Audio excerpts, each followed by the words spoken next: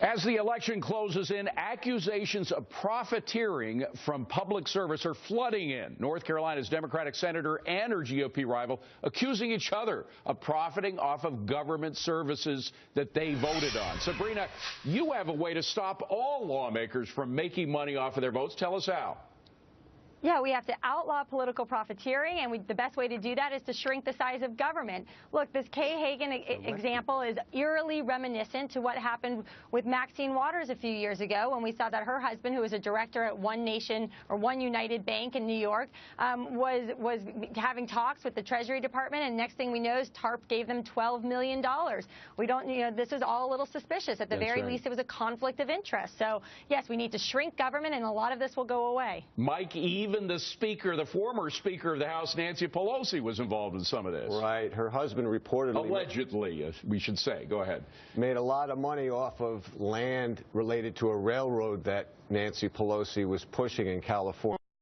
But Sabrina hit the nail on the head, David. The only way we're going to get rid of this type of thing is to reduce the amount of money and the amount of influence that Washington has. If you go back to, say, 1960 to today, the size of government spending at all levels, adjusted for population, adjusted for inflation, has almost tripled.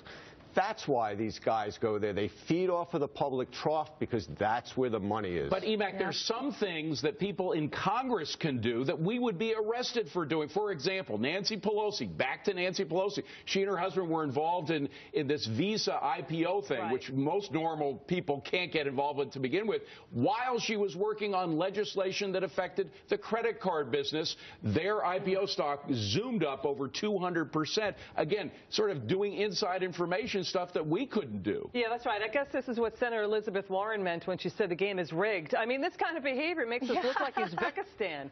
And what happened with Nancy Pelosi, she and her husband got the IPO early, and then there was lobbyists coming into Nancy Pelosi's office saying, allegedly saying, basically curtail this new legislation that would curb credit card swipe fees. Yeah. So we see this alleged behavior happening time and again, and it ain't good. And of course, we should mention, Rick, that she was cleared and went through the congressional cleaning process, so to speak, and they say, oh, no, she didn't do anything wrong. Well, of course they'd say that because they don't want to point their fingers at themselves. Well, I'm sure it's an absolute coincidence that all the examples you've all called involve Democrats. Hold on a second. We began this. That's not true, Rick. Come on. We began the segment by saying that Kay Hagan and her Republican, they were exchanging charges. Plus, Denny Hastert has been involved in some of this, public lands, etc. There are plenty of cases on both the left and the right. Shouldn't we try to stop it, Rick? That's the question. We absolutely should. But setting aside the fact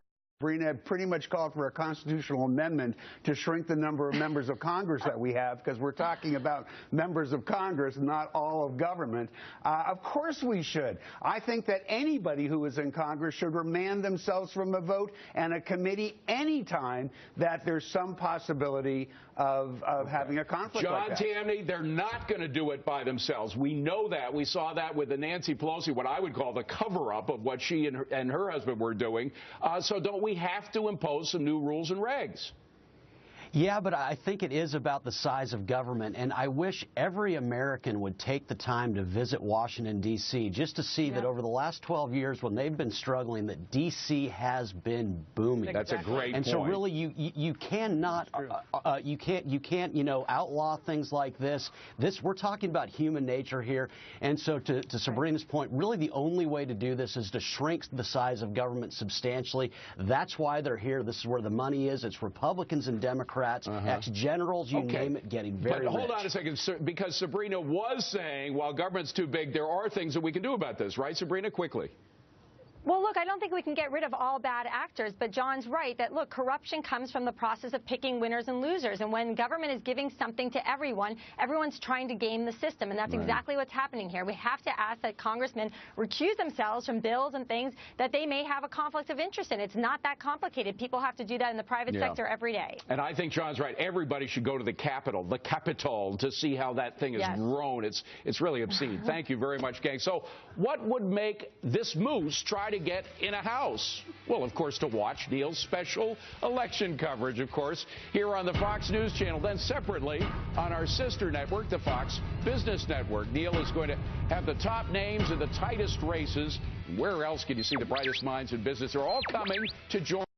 Because it's not just about who controls Congress. It's about who controls your tax dollars. It's all kicking off with Dash to the Clash. That's right here next Saturday, 10 a.m. to noon Eastern. And then switch to Fox Business Network on November 4th and Election Eve. Neil will be live starting at 8 p.m. I'm going to be with him covering the drama. It's going to be a lot of fun. The results, instant market reaction from